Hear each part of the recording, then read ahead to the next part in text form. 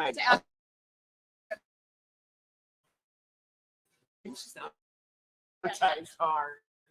only like 38 slides. That's still a lot.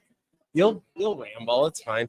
Okay, we're gonna start. We're gonna get started earlier this week for what.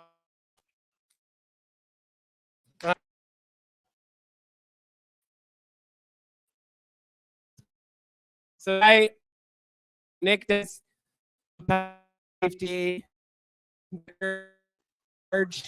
but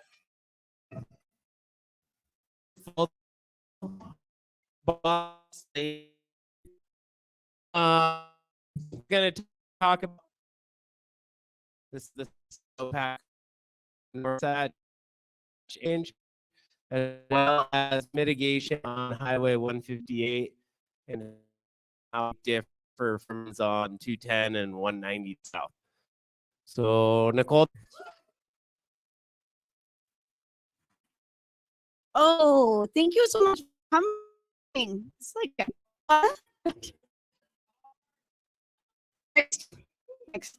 I'm gonna do something I do tonight.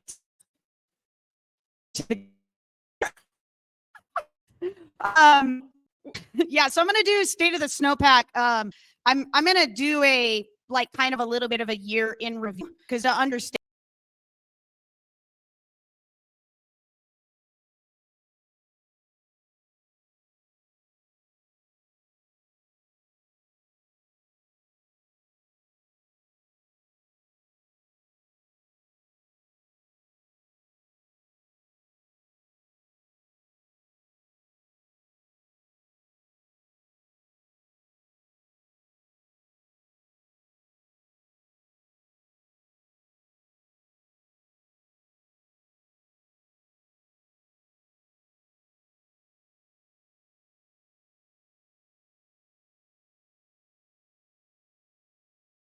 Last couple days of October. I think it was around the 25th, 28th, somewhere around there. I guess also too, it's obviously like a little bit Powder Mountain driven because I have hard numbers for Powder Mountain. No,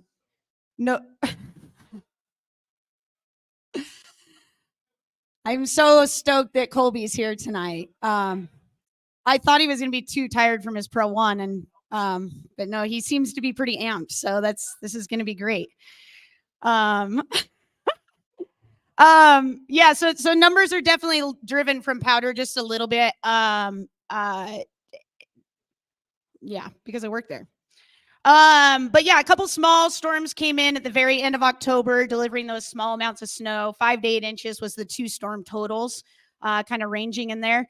At the start of the month, solar aspects are totally back to dirt. We did have some small grain facets, like 2 to 3 inches, maybe 2 to 3 mils on the northerlies at the upper elevations by about end of November there. I'm sorry, end of October, kind of beginning of November. Temps were pretty high in the 40s, and then that was kind of the long-term forecast. November was pretty tough. So for me, when I have a resort that looks like this, I think this was taken on like November 25th or something like that. I typically cry just a teeny bit. And then I just go do this instead. And I feel so much better. And I forget about all the snow that doesn't exist. So that's what I did. I just went and rode Slick Rock and forgot about no snow in the mountains. Moving through continued warm temps through the first week of November there. We did have our first notable storm that occurred the night of the 6th, November 6th. And that started our snowpack. Powder got 12 inches at 1 inch of water. But guess what? It just got warm again. Temps skyrocketed again into the 40s. And the only thing that made any sense was to just go ride bikes again. So that's what I did. I just rode bikes again. There was nothing to look at. By the very end of November, we finally had 2 systems coming into the area. At my resort, we got 6.5 at 0.9, and then we got another 4 inches at 0.3. And then we got a little bit cool. And what happens to low density snow when it gets cool and clear and dry? it facets. Isn't that the word tonight? Okay. You guys must have not been here for my weather talk. Facets is the word that you drink every time I say facets. Yeah, so that brought our HS on the northerlies to 14 inches, and we were pretty stoked to get after it. Went out and smashed some rocks. If you knew where to go, you could find good turns. November snow totals at my area were around 22 inches at 2.21, and we had a nice HS of 13, 14. So we went skiing, and then we went and dug. Yeah, if you knew where to go, I about nailed him there. If you knew where to go, is good. This is what the snowpack looked here. This is a pit that I dug very, very early season. You can see, cool. My mouse is on there. You can see this low density snow. This was a little bit of a wind loaded area, which is why the snow depth here is a little bit higher, but it shows a good, shows that good layer there of near surface facets that formed. But we don't want to leave our solars out of the business, right? So we tried to ski solars. And surprisingly, 3 inches in the right terrain skis like really, really good on the solars. So we never want to forget our solars, right? Always give them some love after you get your nice pow on the northerlies. Yeah, that wrapped up November. Pretty bleak, pretty tough. We did get a little excited as we had some large storms in the first few days of the month of December. Unfortunately, temps were not in our favor for this stuff. We were getting set up for an upside down event. I ski toured with a few people that day. Keenan was one of them. And it was heavy and upside down. We got 15 inches at 1.15. That was the first hit of the storm, which actually wasn't too bad. And then temps spiked about 15 degrees within like 12 hours. We got another 9 inches at 1.20. Fell atop that really low density snow. Widespread collapsing, cracking were witnessed. We had naturals all over the place. They were holding what was that we were calling that Thanksgiving PWL. From that 4 inches of low density snow. A lot of failures occurred in the storm snow, but we also had a lot of failures in that newly buried PWL. This was a pit that Max dug on the 2nd. So this was in that storm, within that heavy storm. And you can see he had low ECTP scores. We had facets underneath a crust. And we started getting failures all over the place at the ski resort. We weren't open yet. So a lot of natural activity. And then we had our first small hit of 158 that day, occurred at like 6 o'clock in the morning off of only 13 inches of snow. So kind of interesting. Continuing into December, everyone was kind of jumping for joy with that storm that I just talked about. It was opening ski resorts, which is pretty nice. And then we had another storm in the crosshairs.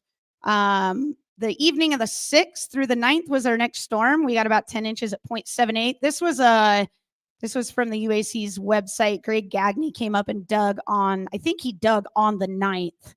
And you can see that really, really weak snow underneath that newly deposited, heavier, higher density snow in here. So what did we do? We went and skied. High pressure set in again. Temperature gradients were pushing recent storm snow into facets. We lost our minds when we got a storm. The next storm was on the 23rd. So we went from the 9th, December 9th to December 23rd. 4.5 inches fell. This was a big deal. 4.5 inches fell in 3 weeks.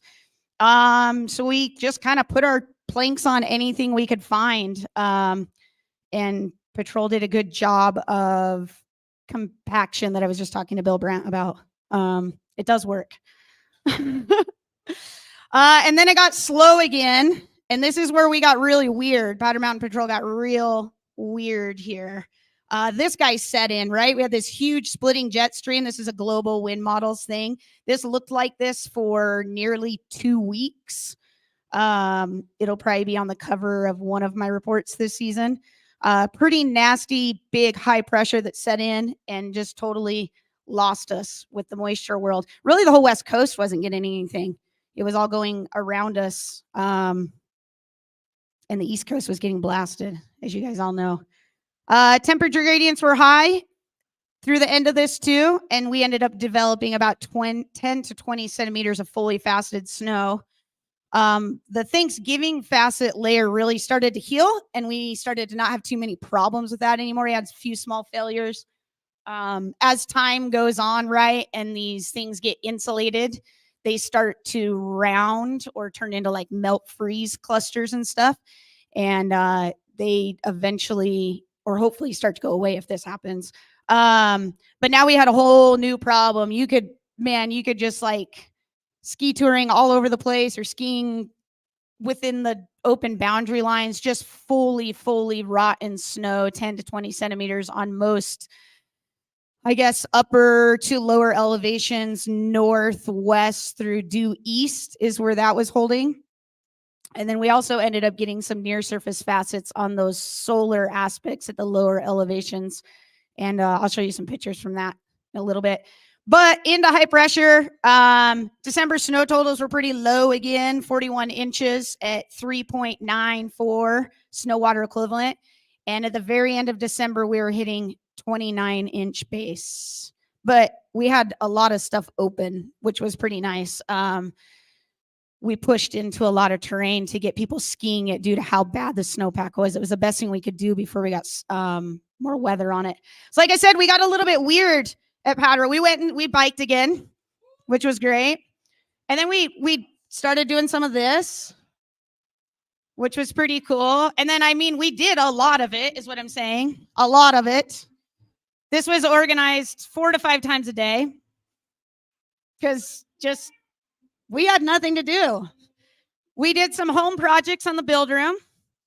We're remodeling our build room, redecorating. This took us through the high pressure. We did okay over at Powder, actually. We missed the snow, but we made it through. January came in, and the near year started with that very shallow snowpack, around 75 to 100 centimeters, probably made up, generally speaking, the pack. And all those facets sitting at most elevations and aspects. Like I said, 10 to 20 centimeters on the northeast through east elevations. And then the east, southeast lower elevations had about 2 to 3 centimeters coupled on top of a melt freeze crust. So we had when we were in the 40s, we had like a thermal crust that occurred. It wasn't really a solar because it was on a lot of aspects, but a thermal crust had formed. And then we had some near surface facets sitting on top of it. Finally, we had some light at the end of the tunnel, right? And we're just kind of coming up from the depths of that stuff that just happened. Starting at the beginning of the month, we had a small shot of snow that occurred on January 5th. 3 inches at 0.15 is what we recorded at Powder, with another good system impacting the evening of the 6th through the morning of the 8th. Ranging around 16 to 25 inches of snow and 0.68 to 1.5 inches of water. That's a bona fide blower right there, right? We were skiing, 5%, 4% density snow, going all the way to the ground, but we were skiing it, which was cool. This was, though, what started to tip the scales, especially over in the Ben Lomond area and North Ogden Divide area. Powder got the 16 at 0.68.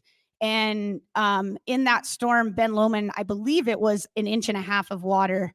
So nearly an inch more than just a couple miles across the way was had at Ben Lomond. And we started getting a lot of unusual avalanches, people that have been around for a long time, reporting avalanches all over the place. A lot of southeast aspects, right? Lower elevation southeast aspects, which was something that we're not really used to. But coupled with those near surface facets on top of a melt freeze cycle, a melt freeze crust, we were running into a lot of issues there. We didn't have it over at Powder too much. We didn't have the issue there. We also just didn't have the water weight quite as much. But Ben Lomond and North Ogden Divide had their fun.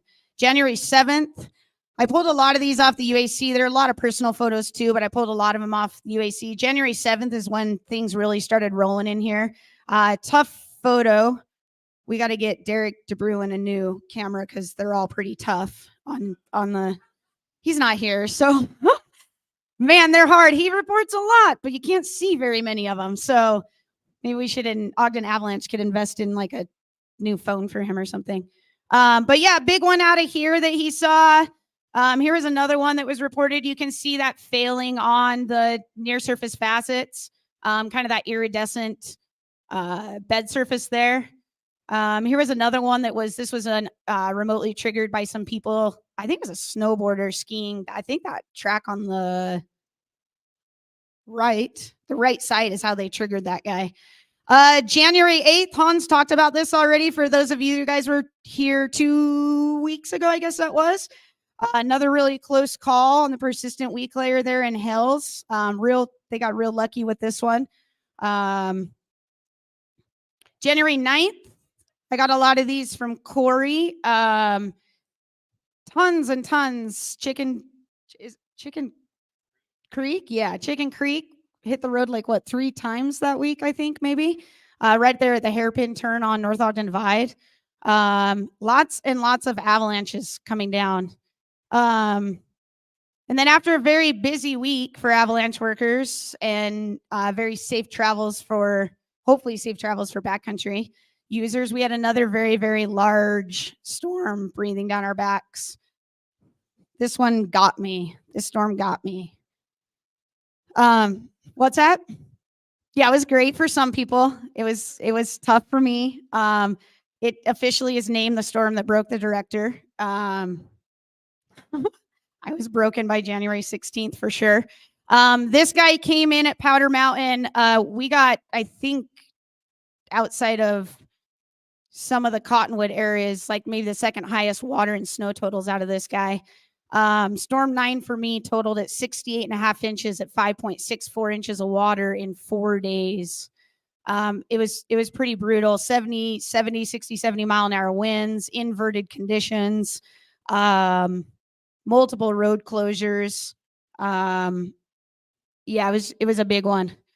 In the 8-day total there, we got 84.5 inches of snow at 6.32 inches of snow water equivalent. Tough stuff to manage and keep everything open. At the start of Storm 9, it was wonderful. Bree just got it. Blue skies. I thought like there's no cares in the world. There were some core shots though as well, which was Colby, who's not looking here. So yeah, there was a little bit of there's a mixed bag of conditions out there. January here, up to date, right, was at 99 inches at 8.11 inches of snow water equivalent, and we jumped up to a 62-inch base. January really, really saved us. So the storm that broke me saved my job, I guess. But yeah, going back to this, those of you that understand this, what are our glaring problems in this storm? Oh, yeah, I can explain that real fast. We can do a side note here. I think it was at 0 probably. We have a running total on days without snow safety screwing up. We've only made it 11 days in a row. They're all good though, but like we just tend to forget a lot of stuff over at Powder Mountain. So that usually says 0 or 1 to 2. Sometimes I think it went into the negatives. When Andy and I got our packs hooked on the lift, and they both went. Mine went all the way to the bottom of the lift, but yeah. So that's a running total at Powder Mountain, and I think when I left today was at 2. So we're doing pretty good. We came out of the negatives. We're +4 right now, and yeah. Oh yeah, it was at a -1 today. Yeah, Stokometer is at moderate, I think, right now. We're getting a little sidetracked, but yeah, there's some inversions in there, right? There's also a massive overnight water at 1.65. That storm was forecasted for me at like 0.8, and we ended up getting over 1.5 inches of water just overnight. It's inverted with Storm 8. It's also has a massive inversion right here, if you can see. So it comes from it. This is when Bree was getting all her face shots right here. and kind of when Colby got his core shot, I think maybe right in here, somewhere in there. And then snow started to get a little bit heavier, right? And then it got a little bit lighter again, well, quite a bit lighter. And then it skyrocketed. We went from 6% on the ground to 12%. And that's how we finished out the storm. That was what broke our back the weekend that we had to close the highway so much. Moving into January 12th, it broke a lot of places' backs, actually. This just the amount of avalanches that were reported up and down. I mean, the state of Utah, but just let alone even just Ogden. It was pretty incredible. January 12th, here's some photos off of the UAC's website from reported avalanches. This was the third time, I think, Chicken Creek hit the road. January 13th, we started having failures on our persistent weak layer pretty consistently again, too. This was in previous open terrain for a couple weeks with at least one round of explosives on it. But I was talking to somebody earlier about this. We just didn't have the slab on it earlier in the season, so we didn't have the connectivity. And you have to keep skier traffic in it, but then eventually it's going to reach its point. But it's weird when terrain breaks back to old layers after it's been open for a while. It's kind of creepy. January 14th, this is the day that tipped my scales, let alone the scales of everything else. This picture is a little bit hard to see. It was kind of bad visibility. I'm up at the office, but right in here is the crown. This is the big one that buried the highway around 5:45 in the morning, which we'll touch base on that a little bit later. But we had multiple failures on our highway paths this day.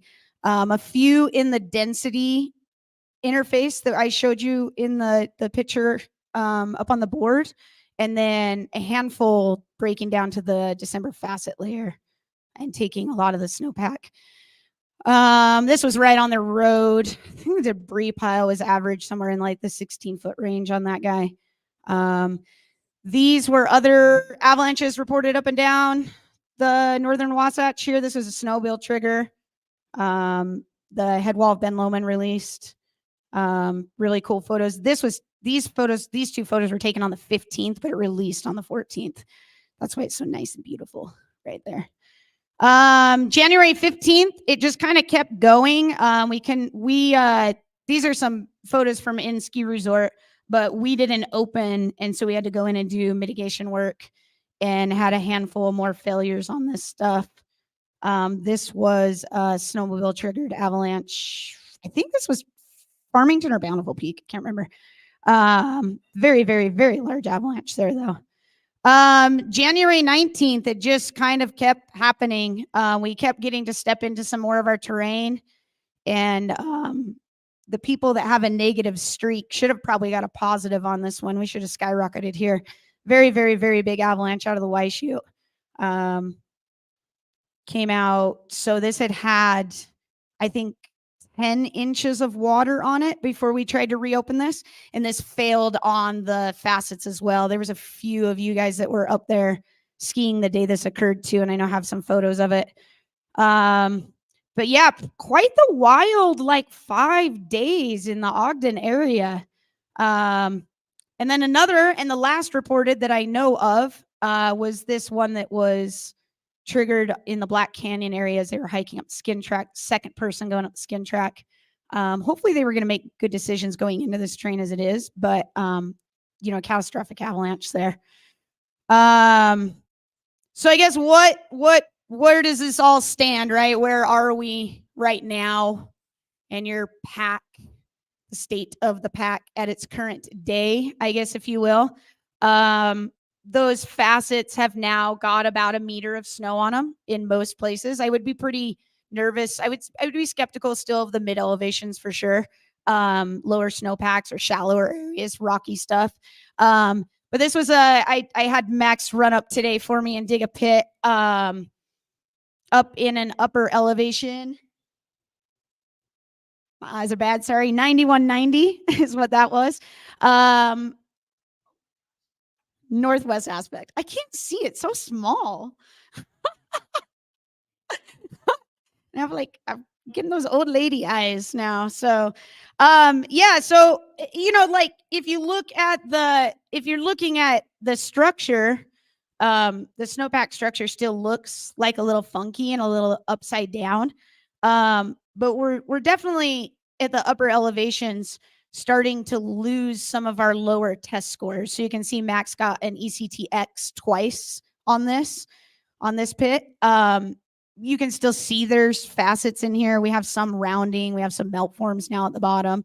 But we have a really deep snowpack that's starting to insulate these facets. I'm not saying that it's like green light by any means, but we are, I think, in a lot of areas beginning to move in the right direction with a deeper snowpack. Hopefully, we either keep getting more snow or, unfortunately, the other good thing is that we're going to get warm, which kind of sucks for the skiing, but it can help these layers start to get damp and turn into melt forms and stuff like that. So you're not like scared to breathe everywhere you go in these aspects that are holding this layer.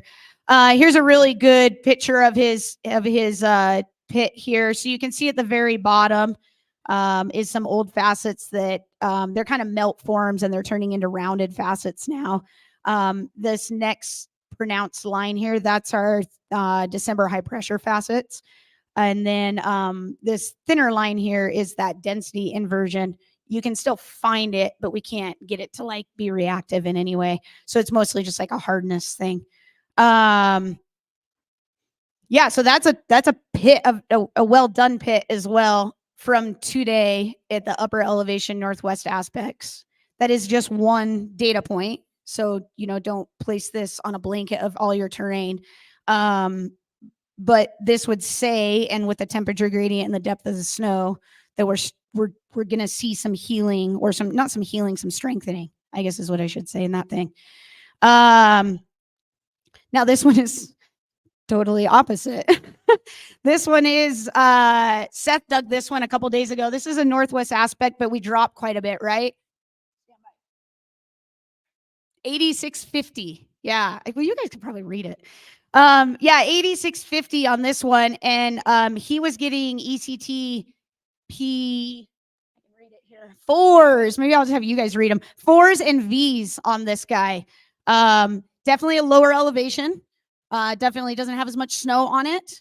That doesn't mean it's not trending in the right direction. But maybe your mid elevations need to be, considered just a little bit more.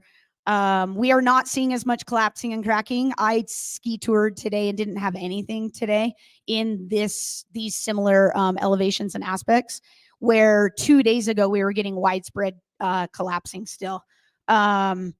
So it's pretty impressive what just like a couple days of insulation can do to this stuff with it. And especially with these one finger and like pencil hard slabs on top of it, it just really eliminates a lot of temperature gradients there, or large temperature gradients. This one is, this one's a little bit of a video here. This was dug on the 23rd. So similar elevation as to what Seth's pit was at 8550. We did get a low PST score on this guy. It went to 15 over 100. It's 15 over 100 and fractured all the way through the whole thing. If somebody doesn't know what this means, I have no problem explaining it. Once again, though, it's in that elevation band that's still a little funky. They didn't get EC positive, or like, I think they got N's actually. ECT N's and maybe X's on their pits though. But when they isolate and target this layer, they are still getting full propagation in a PST. So, in my opinion, you can take it or leave it, but I'm still alive somehow. And structure should always trump your results. And Keenan already said it to me earlier, and I've been told a million times, don't trust a facet or a persistent weak layer. So, go with, it's still not there, right? It's not a ski if it's white. It's not green light on all terrain. But hopefully we can keep building our snowpack, and this thing can run its course and heal on us, and we can start exploring into bigger and better lines, as if we didn't get our fix last year though. So So we could ski anything last year. Is there questions on state of the snowpack? This is like a lot of information. It's a very quick hitter. It's limited data points. It's definitely a little more Powder Mountain driven because I spend so much time there that it's easy for me to dig pits or have all my helpers dig pits for me. It doesn't necessarily totally represent Snow Basin's terrain or totally represent Ben Lomond's terrain or North Ogden Divides.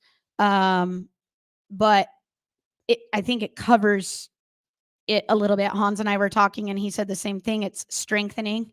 Talked to Bill Brandt. He said he thought it was strengthening. So I think we're moving in that direction, and that nasty PWL starting to get a little bit insulated. There's not like one question. You guys just like understood, oh crap.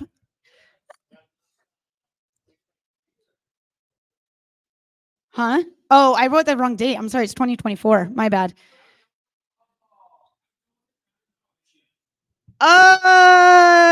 What was your average, Alex Gowdy? 4 to 5 feet. It was over my head. I'm only 5'3" though. So yeah, I would say like probably an average of 4 feet. Broke back a long ways though. It broke back. I don't know how many people are familiar with it. But the very top tree, dead tree, is like one of the spots where we stand, where we throw a shot. So it broke back into that tree. I mean, it has a shot tag marker on it. It's like where we stand. But you'll see hard slabs do that kind of stuff, right? They'll jump back like a lot further into lower angle terrain. Thankfully, that avalanche occurred. It basically occurred on like what we would consider one of our protection shots almost. So we typically toss a shot in the very, very top of it before we ever enter into it. And that's actually what failed it down lower into shot 3 location. Yeah, I don't know, 4 or 5 feet. It was big enough to eat most of us up. There was a couple other hands. Yes, Ben?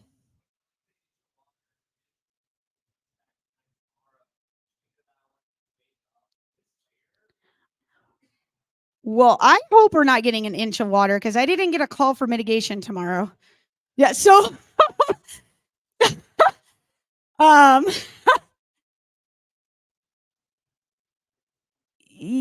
yeah, I'm not saying that, like, let's say we are going to get an inch of water overnight. I don't think we are. Yeah, it totally could.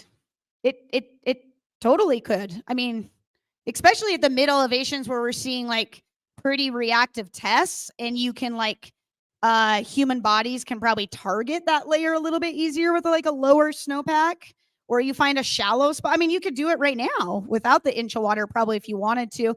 I don't know that we're going to see the activity though that we did from like the 9th to the 14th. That was awfully impressive. It would have to be, I think, an insane amount of water. I don't think we're going to see it go like that again, unless we formed another thing, not on that layer. Let's say that. Yeah. There was one more. I'm sorry. Yeah. That's great. That's super, super great. So now we have a lot of paths that have broke back really, really deep. And we all know, or most of us know, that now we're dealing with like an extremely shallow snowpack in there again. And depending on what our weather does moving forward, if we can get a bunch of snow on it really, really fast, we'll be okay. But that doesn't look like it's going to be the case. So now these areas that have slid again are basically start over, right? And they're due to potentially be a problem again moving forward. You're just dealing with like a super shallow snowpack again in those areas that went really big. Think of yourself just starting back in early December. Basically, that's what that stuff's going to be like. It's not going to be like the rest of the pack is around it. So understanding especially if you're a backcountry traveler, I mean, and a snow safety person as well, but understanding where these large releases occurred a month from now could be really, really important. So that you understand the snowpack that you're hiking on could be totally different than what you decide to ski on. Yes, very good point. Yeah, let's hear it, internet.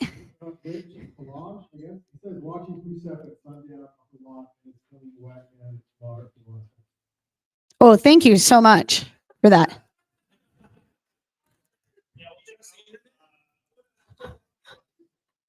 No, that is important. It's important for me to know that it's snowing up there. That's a good thing. Yeah, go ahead, man.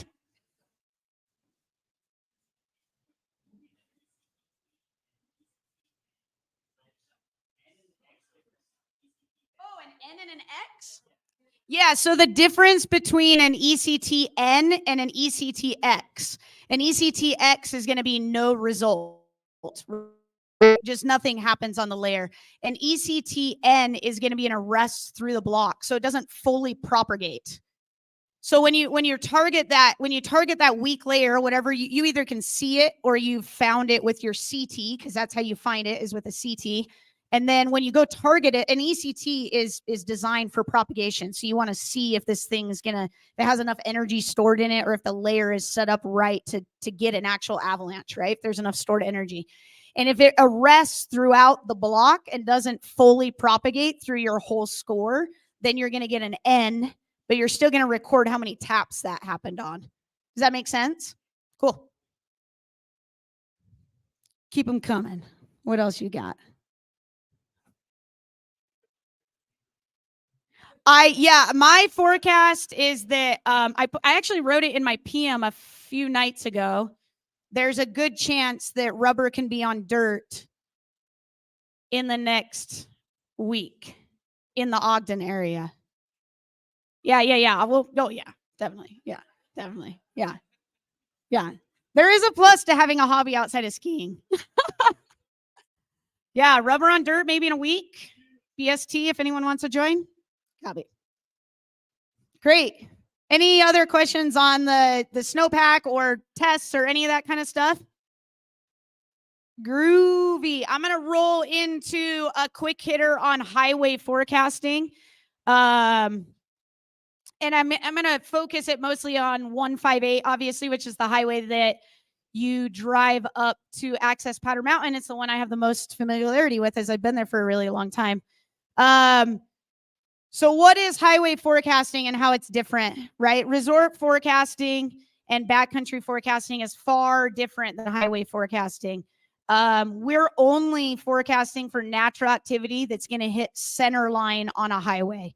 So if I'm going to have small avalanches come out of stuff, or even medium-sized avalanches that come out of stuff, I'm just going to let them run. I'm not even going to send anybody in there. But when I start seeing things that I think or I see weather that, a forecast that might lead to a setup where I feel like the center line of my highway is in danger, then that's when my ears are going to perk up and I have to start making some decisions on how to manage it. We don't manage. Well, that's a lie. That's a lie. We're a double standard at Powder. So most highway programs don't manage hazards for skier traffic. So UDOT in Little Cottonwood Canyon doesn't shoot it so you can go backcountry skiing. No, they shoot it so things don't hit center line, right? That's the only reason they're there for it. They're there to do that and protect the maintenance workers, which is the next thing, I guess. The main objective is protecting like snow removal workers and plow drivers and stuff like that. That's the whole goal of highway forecasting. Where in ski resort, I don't want anyone to get caught in over a D1 or a D15 when we're open, right? So we blast like a lot more to keep everything really small and manageable so that most people are okay skiing at the ski resort. Highways are not the same at all. Give you a little jargon here. The Highway Avalanche Index. It's a numerical expression of damage and loss as the results of the interaction between snow avalanches and vehicles on a road.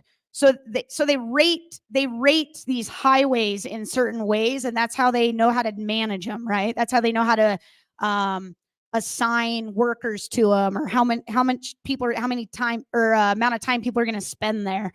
It's determined by multiplying the frequencies of moving and waiting vehicles being hit by various types of avalanches by weighting, which indicates severity and consequence. It's a little bit complicated. I'm going to show you why it's really complicated here in a second.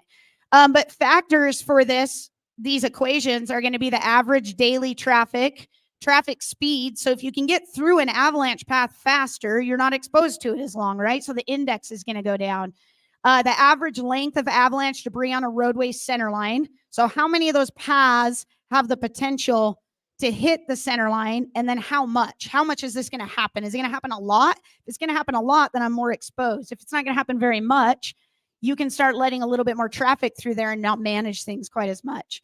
Vehicle braking is a big deal. So once again, just how much you're exposed. And then avalanche frequency. Once again, I kind of said this already, but how many they're going to come down. I'm not going to go super crazy into reading all this kind of stuff. And I won't go super crazy into this either. But Little Cottonwood Canyon it does hold the highest avalanche highway index in the country for sure. Maybe the world. No, I'm just telling you. I know Keenan doesn't want to hear about New Zealand or Little Cottonwood Canyon or anything like that. We've already talked about this, but it is impressive still, is all I'm saying, that highway holds the highest, like ever. It's crazy. I honestly don't know what Powder Mountain's rating is. I do believe we're in the high range, though. If you look at this, there's a very large jump in the 40 to 150 range, right? So this mathematical equation has a lot of variance, I guess, if you will, or large margins there. But when I read through the high stuff, we fall into all of these categories on how we manage the highway. I won't read through all of them with you, but I will show you these really cool mathematical equations on how they make that, how they get a rating. So here's the first one. So they do this first. Yeah. Oh, we're just getting warmed up. And then they step over to this equation here. You get it, Colby? Yeah, I know. You're just like, duh. Yeah, right. Yeah. He's learning this in his Pro 1 right now. And then as if it wasn't good enough, they just kind of keep going. Yeah. And they end with this one, though. So it's not like too crazy, right? And this is why I do not know what Powder's index is. And this is kind of how I feel. And so I don't worry about it. I just go kind of with what UDOT tells me, and then I manage it because I can't. Ugh. Yeah, that's too much for me. So here's the UDOT Highway Avalanche Hazard Rating. This looks very similar in color to the North American Danger Rating Scale, right? So we have these levels that we go through, and when we forecast a certain level, then we can look at we can read this and figure out what level we're in, and then we can start. It helps you start guiding you into your decision making skills on what you're going to do with the highway. I will say, don't read it. Max, you can comment on this too. I don't read it as much as I used to. But we do have it in the office, and this is supposed to be kind of like our guideline. There is some similarities to the danger rating scale on how we just classify avalanches as well. But yeah, there's definitely some, like, you can be here in the orange and just let things run, right? I would never be at a level 3 at the ski resort and just like do nothing. So, but on the highway, we can like teeter in that moderate, or they have it as a level 3 is how they do it in this orange color, and not really have to do much of anything with the highway program. This was this picture on the right is the first avalanche that hit our highway on the morning of the 14th, and then the second one was just 45 seconds above it, I guess, if you will. So yeah, this is a piece of framework that we reference quite a bit at the ski resort in coordination with that North American Danger Rating Scale. I think I read that thing when I'm the forecaster for the day 4 or 5 times a day. probably, to make sure like I'm falling in the right parameters and I'm truly giving the appropriate forecast for the area. So SR158 avalanche paths. Dylan is here. I lied to him. I said 28. It's 26. So I apologize for that. We have 26 paths that impact the highway at Powder Mountain.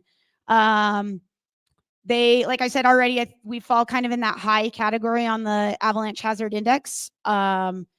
We're employed by UDOT. So once we go into work mode on the highway, we have a team of, it's probably around like 14 right now, who are all snow safety and patrol members as well, and do mitigation at the ski resort as well. But they switch over to a UDOT payroll. And then we're covered by their insurance when we're out there working. They pay for all of our explosives. Powder Mountain buys them, and then I write them a report at the end of the season, and they reimburse us for everything that we use. And then resources that are needed with these closures, it's insane. It's like insane. Avalanche workers, obviously, for all these paths, medical staff, dispatchers, transportation. I have to keep snow removal up there. I have to keep some sort of groomers and cat drivers up there, mechanics in case anything breaks down, food and beverage, which actually just turns into patrol typically. Yeah, Mr. Kahopka over there. Davis is here too. Clutch, coming in and strong on our road closure a week and a half ago. We would have just been like little skeletons up there, all dead if it wasn't for them. It was pretty crazy. But yeah, it's a lot. It's a lot. I'm going to go through complexities and the problems that we run into on this highway a little bit later.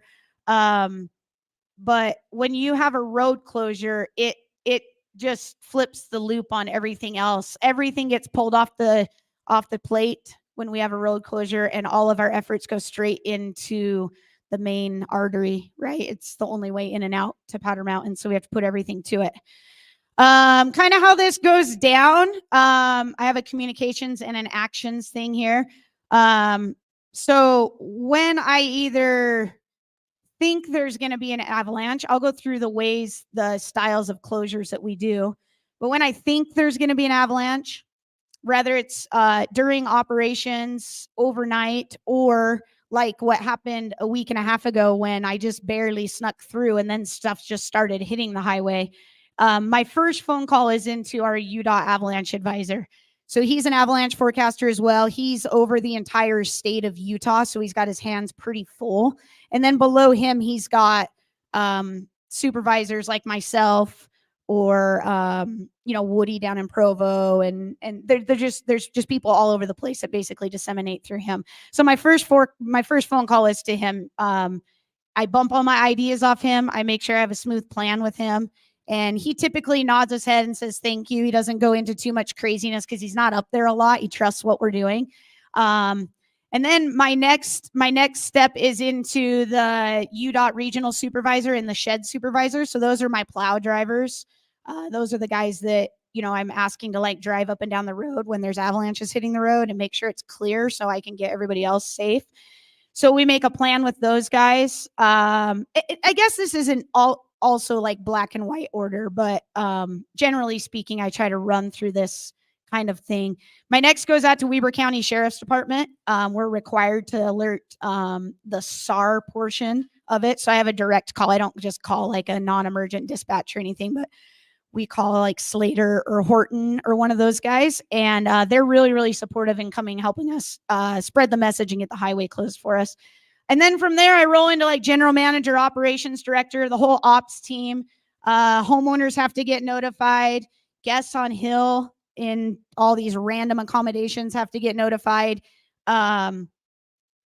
So when we had the closure when the avalanches hit the road on the 14th, the morning of the 14th, it happened about 5:45 in the morning is when I got the first call from UDOT. They were trying to drive up and plow the road.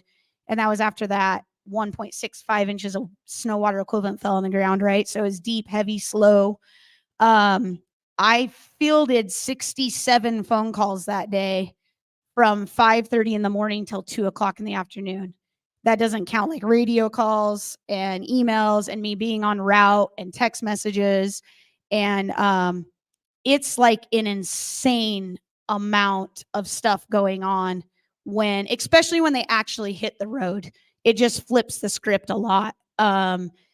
So these communications seem like, oh, Nichole just made like 5 or 6 phone calls. I usually am talking to each of these people at like a rate of like 10 to 12 times a day on updates and where we're at, how it's going, what they think. UDOT is really driven by this as well. They make a lot of decisions in this, the plow drivers do, and how they want to clean up the road and manage the road and how long they're going to keep us there after we're done with mitigation.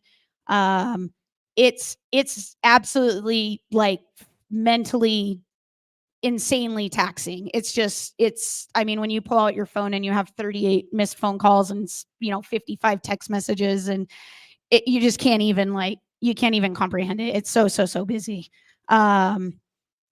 So actions here. We have a few ways or decisions that we have to make on how we're going to close the highway. So we have a preventative overnight closure, and what happens there is if myself and the forecasting team thinks that we have the possibility of a natural coming down overnight, or even if it's earlier, I guess if it's earlier, we just cancel skiing, right? We close night skiing, we do whatever it needs to do. But if I think it's going to happen overnight, the plow is going to come up, and they're going to go up the highway. They're going to come down the highway, and this gate that's being put down here by Max and Brandon is going to get closed behind them. And that's at 10 o'clock. That's the last car up and down the highway. And then they're going to sweep it and go to the bottom. There's a bottom gate down there, and they're going to close and lock that. And that's where it's going to sit for the night. Those nights, we end up spending the night at the mountain. And we have to have people on the uphill side of anything hitting the road, or else we wouldn't be able to clear it or deal with anything else. So that could be preventative or well, I guess it is preventative. A closure midday or overnight closure or something is I'm worried something could hit the highway and people are either going to get hit or be stranded up there. If it does hit the highway, you're staying the night. Like, that's just all there is to it. And there's nothing up there. We do a morning mitigation closure. This is probably our most common thing that we do, is if I don't think anything's going to, go through the night, and I want to try to leave skiing open, and I want to try to allow people, especially now that we're getting so much more year-round occupancy up there, it's a lot to tell people they can't go to their homes or they can't leave their homes. I'll do a 6 a.m. closure. So I'll try to keep that thing open through the night. And then same process. We get there. I mean, we're all there so early anyways. We get on hill around like 3:50 in the morning when we're doing mitigation or we have highway closures, 3:50, 4 o'clock, somewhere in there. Same process though. Your UDOT cat is going to be, plow is going to be at the bottom gate at like 5:45. They're going to drive up the highway and they'll allow people to follow them. So that's when a lot of our workers come up, or guest traffic or this or that, homeowners or whatnot. But when they get to the top and turn around again, that gate comes down behind them again. And then they get to the bottom and they close the gate. They post up there while we do mitigation.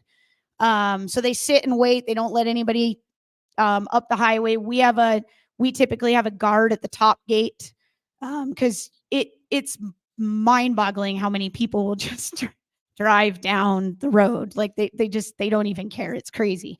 So that's a morning mitigation closure. It will reopen. Typically it depends on lighting for us most of the time, but typically we can get that thing reopened around like 8:30 to 8:40. It definitely delays openings. It's just part of the game. And then if we do hit the road, we're done for the day. That's just it. The resort's not opening. So anybody that's up there is stuck up there for the day, or maybe longer. It depends on how long UDOT needs to clear it. An evacuation closure, which we had on the 14th.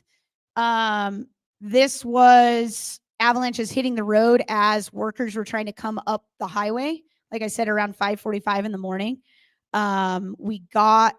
I couldn't get anybody turned around. I called a ton of people. The road was so bad. And there was only one plow length. My ideal situation is that I would get the plow turned around and get them down to the bottom and close the highway, but he couldn't turn around. None of my workers that I called could get their cars turned around. So everybody was kind of just stuck there, which was really, really stressful. Maybe they don't know as much, but it was really stressful on me to have you guys stuck down there below paths blowing up the highway. But the goal on this that morning was to get the bottom gate closed as fast as possible. So Weber County dispatched a sheriff really fast. UDOT dispatched some more plow drivers. I made a numerous amounts of phone calls to an insane amount of people, waking them up in the morning trying to get the road closed. But finally, UDOT got there and got it closed for us. And what we did is we had to take a loader down because they couldn't push through the second avalanche. So they were stuck until that second avalanche got pushed by some of our snow removal team. Plow was able to make it up, and then I brought everybody in and we did all non-essential people off the mountain immediately, which isn't very immediately when you have groomers all over the hill. Like, we closed all travel through all avalanche paths once those hit the road, got them all back in. Typically when you see like these cycles occur, they're like really fast and furious, right? You don't see a lot of avalanches natural 2 or 3 come down and then like 6 hours later all of a sudden a natural happens, especially because we were losing precip and our winds were diminishing. If we would have continued precip event, that would have been maybe a little bit different, but our storm was out of the area by morning. We just had like horrible visibility, but so I felt comfortable getting as many people off the hill as possible, because it adds a whole nother element the more humans I have on the hill, especially at Powder Mountain, with no restaurants, no lodging, no nothing up there. So we made a plan to evac as many people as we needed to, keeping in mind the resources that we would need if if all that other stuff that I listed earlier, I guess, the medical help, more mitigation routes. We kept a couple groomers up there. The lift maintenance team stayed because they're just like badasses on the snowmobiles. They can pretty much get us through anything. Snow removal stayed in case we buried the road again. So we really try to get as many people off the hill that we can in these evacuation closures. That's what I would kind of call that.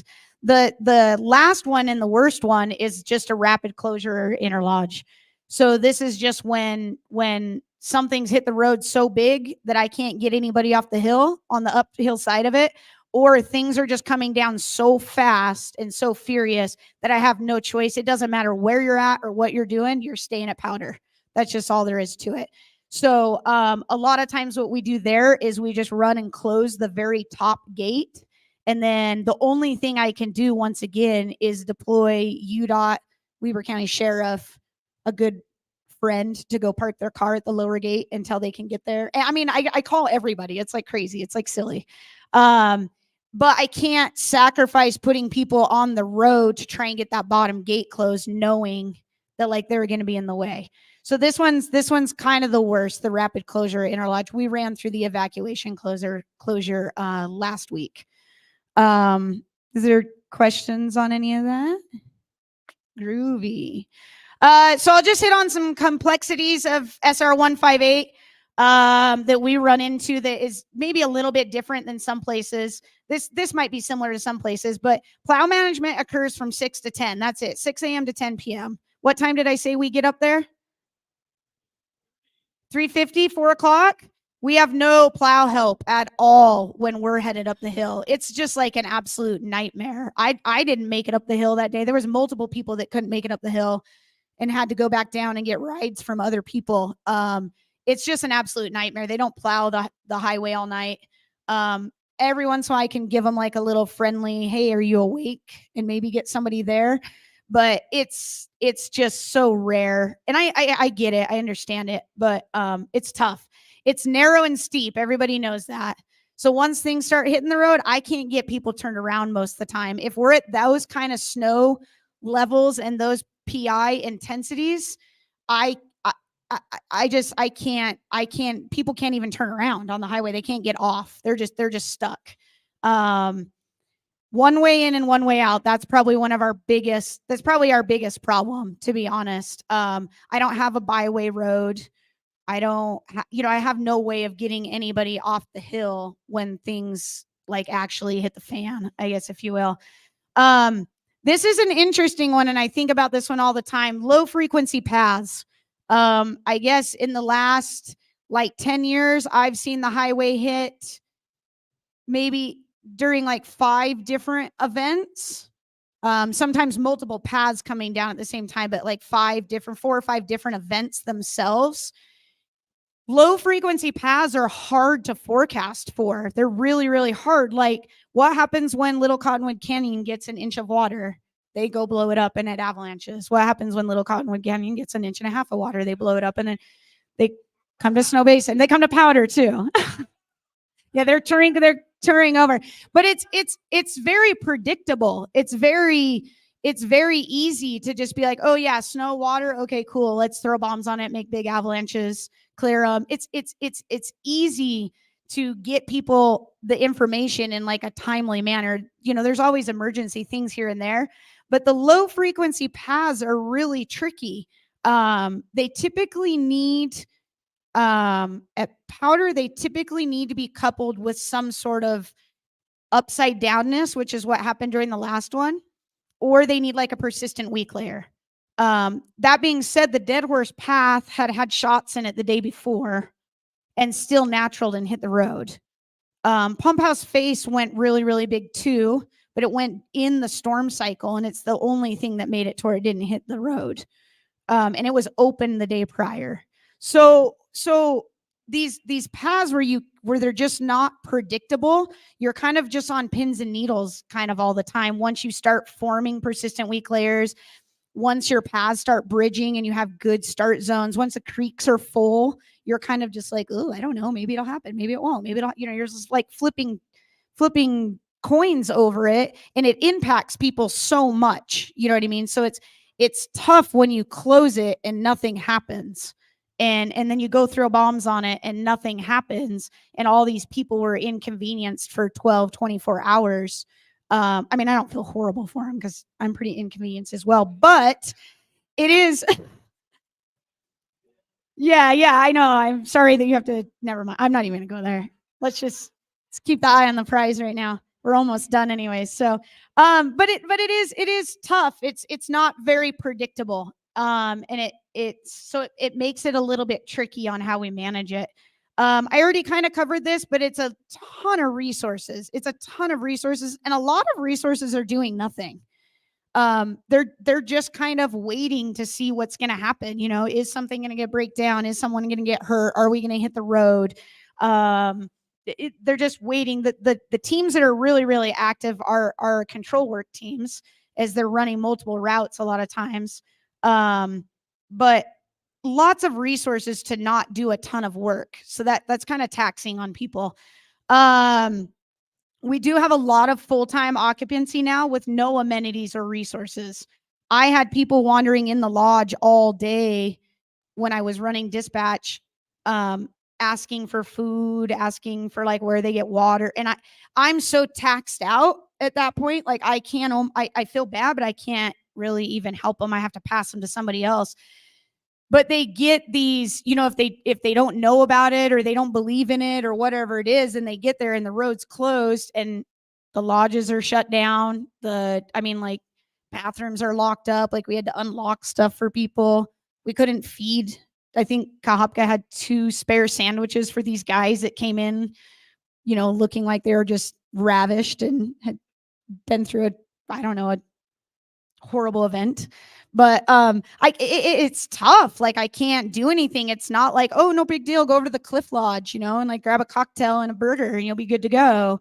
There's a band playing tonight because they're still here, so it's like we don't have that.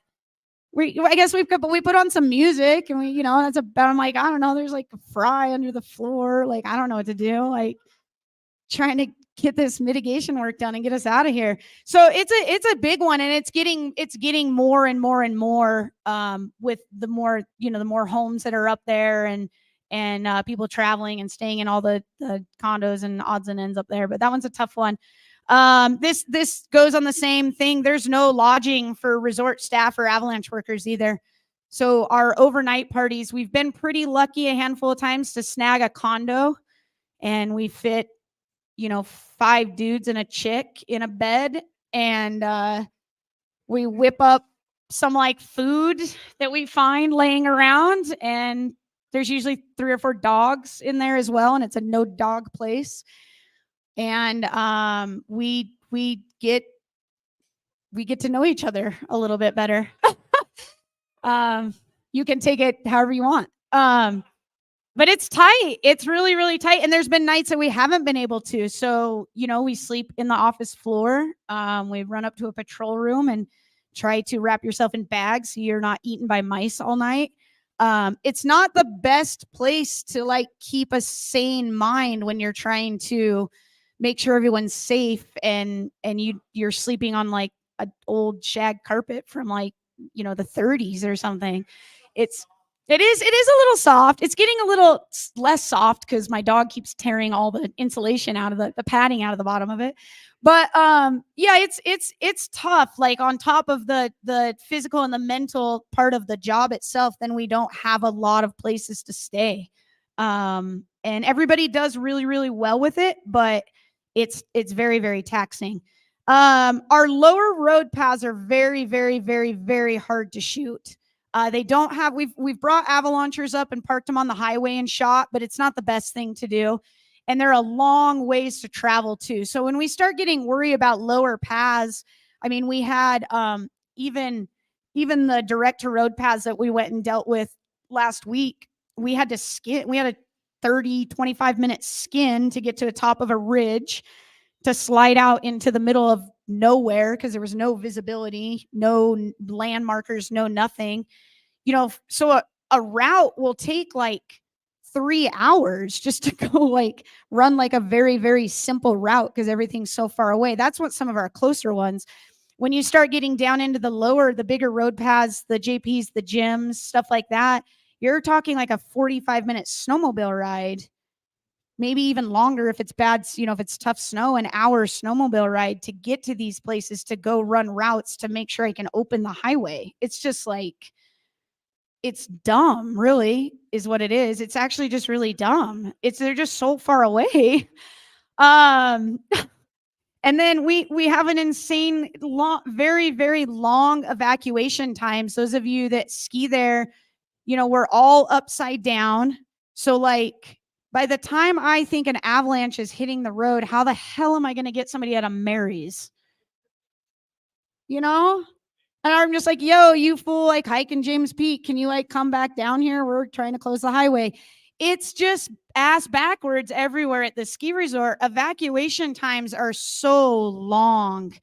So I have to be like, I get a lot of comments from people like, oh, you closed it too early. You closed it too early. I have to plan on this like 3-hour leeway in order to get lifts shut down and terrain shrunk to actually get you off the hill just before they hit you or hopefully miss you. It isn't just shut it down, have everyone ski to the bottom, get in your car. So the evacuation times are, I mean, it's hard just sweeping and closing on a normal day, let alone if I'm trying to do all of a sudden like a midday closure or whatnot. It just takes forever. If snow hits the road, it's an insanely long closure time as well. I think I had a lot of people that were pretty surprised. We got done with routes that day at 2, and they didn't have the highway open for us till 6. And that wasn't, I mean, it was a D2 avalanche, but that wasn't that big of an avalanche that hit the road. And I gave them clearance at like 2:15 to start working on the road, and we were driving down it at 6. So 5 hours for UDOT to plow and move that amount of snow and make it like safe for travel. What they do is they bring blowers and loaders and all that kind of stuff and graders and odds and ends, and they just can't have any traffic on it when that's happening. We just get in their way, and they're going so fast with that machinery. So yeah, we're at another 5, 6, 7 hour closure after we're done with mitigate. Everyone's ready to go home, especially Colby. He asked me like 35 times if the road was open that day. Yeah, I mean, I stayed there because the road was open. I stayed there and hung out because the road was open and didn't tell anybody. We just, yeah, but we were going down. That's all that matters. We were going down. But yeah, it takes a really once this snow hits the road, it's just the next phase starts. Like we're like not even halfway done after we bury the road or something or whatnot. This is where I said we were a little bit of the double standard. Our upper road paths require skier traffic hazard management, or they have skier traffic hazard management, which is cool in some ways, right? So we have Woody's World and Sundown Powder Country that and two of those paths hit the road, and one fell just short of it. So we use a lot of skier traffic in our favor. But if I have to do mitigation for skier traffic, the highway has to close, right? So if like it's opposite of kind of what I said earlier, because if I don't feel like I can let you go ski it and I have to go throw bombs on it, but I don't think anything's going to hit center line, I still have to close it.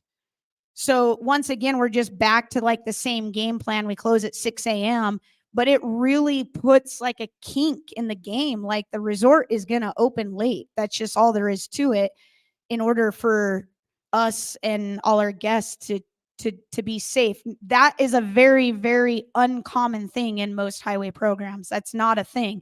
But policy says you don't throw explosives on top of anybody, no matter what, no matter how big you think an avalanche is going to go. So yeah, it's a weird thing to do. And then I guess I touched on this already, but the intentional skier traffic above highway, I really use you guys a lot, like so much more than you know. Most resorts do. So when you're frustrated, they're trying to get you out there. It helps a lot. There's a lot of days if that highway ever gets closed, and it could one day. It's super, super Wild West. UDOT hates it. The state hates it. I guess I'll put in a little plug there. Don't walk down the highway. That's how that's going to get us closed. If a plow driver ever hits anyone, we're done. Like that's just all there is to it. So don't walk down the road, stay in the snow, a little plug there. But we use our guest traffic an insane amount to keep those upper paths to where we don't have to put shots in them. So I try to open that terrain. Like I try to never have it closed pretty much. If it's closed, it's probably because like a broke down bus or a bad road. It's not a snow safety closure. That's like not a thing at all. That's like actually all I have, unless there's questions. Oh my gosh, Keenan, yes.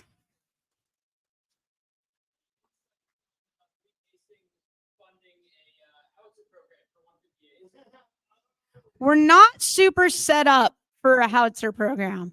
But it could be in the budget, I would say.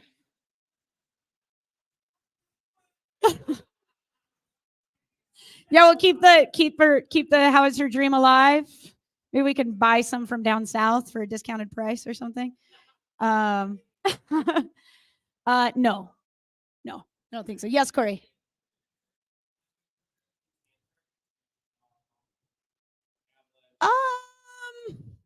I don't know if I can answer that like black and white, but like I know that Red Mountain Pass goes out and does.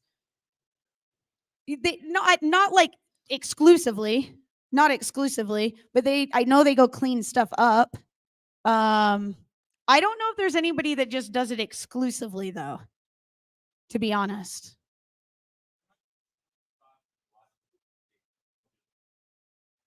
That only run hands. Yeah. I mean, and copy 5-year-old data. Okay. Yep. He has a resource, guys. He has a resource. So give him a break. Give him a break. It's probably not the most effective tool because you're trying to keep a highway open, right? So the best way to keep a highway open is to have rack systems and shoot it during storm so that you don't have to worry about like catastrophic avalanches coming down. So if they would just be closed all the time. I can't imagine it's like there's very many programs that only do hand charges, especially for big highways. Yeah. Yeah, state highways, correct. County, different ballgame. They don't really care at all. They don't care at all. Yeah, any other questions? Highway, snowpack, or just general questions outside of Powder Mountain funding or plans? Yep, outside of that kind of stuff. Oh, 7? Yeah, 7 is what Corey's saying. Yeah. There's like 3 major direct to highway paths, kind of. Right, exactly. Like, yeah, exactly. Really steep cut banks, that's how a couple of ours are too. Really, actually, both of the ones that one released way higher and released a cut bank, but the first one that released was an insanely steep cut bank, pretty much, that put all the debris on the road. So that's it. That's it.